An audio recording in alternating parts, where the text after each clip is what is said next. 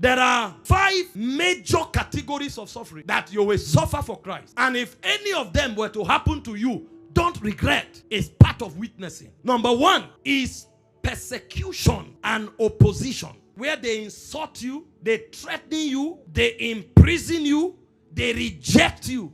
They are called persecution. If you are insulted for the faith, if you are threatened, if you are imprisoned, if you are rejected, count it joy. Matthew 5:10-11 is called persecution. Blessed are they which are persecuted for righteousness' sake, for theirs is the kingdom of heaven. 2 Corinthians 11:23-27. This is where we speak about martyrdom. Paul was speaking about other ministers, and he said, are they ministers of Christ? He said, let me speak as a fool. I am more. He said, in labor more abundantly, in stripes above measures, in prison more frequent, in death often. This is witness. He said, of the Jews 5 times I received 40 stripes save one. That's 39. He said, thrice I was beaten with rods. Once I was stoned. Thrice I suffered shipwreck. A night and a day I was in the deep. He fell into the water for a whole night and a day. He said, in journeying often, in peril of water,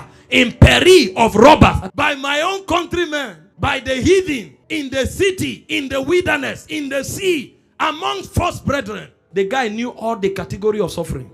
In weariness, in painfulness, in watching, even intercession, in hunger, in thirst, in fasting, in cold, in nakedness. You say you are a disciple? Any little thing you say, why are things happening like this? For Jesus, it's worth it.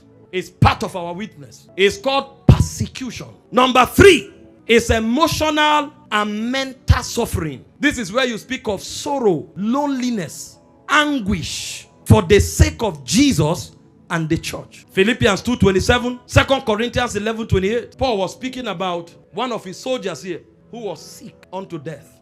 So there are sorrows, emotional, and then there is social and economic suffering, where you lose possession, where you suffer poverty for the sake of Jesus. Imagine you are in Lagos and God now tells you, go to Gombe, and it calls a village where there's no light. If you are not a witness, you won't go. You know, our missions now, we want to carry the gospel to America. I wait, Lord, send me. As you are saying, Lord, send me, you are seeing the map of America. You are seeing the map of England. When God now answers, he will say, go to Mozambique. There's an urgent work to be done. You say no. Satan speaks in these last days. Be careful what you hear. Because you know there will be economic breakdown. It doesn't look like blessing to you.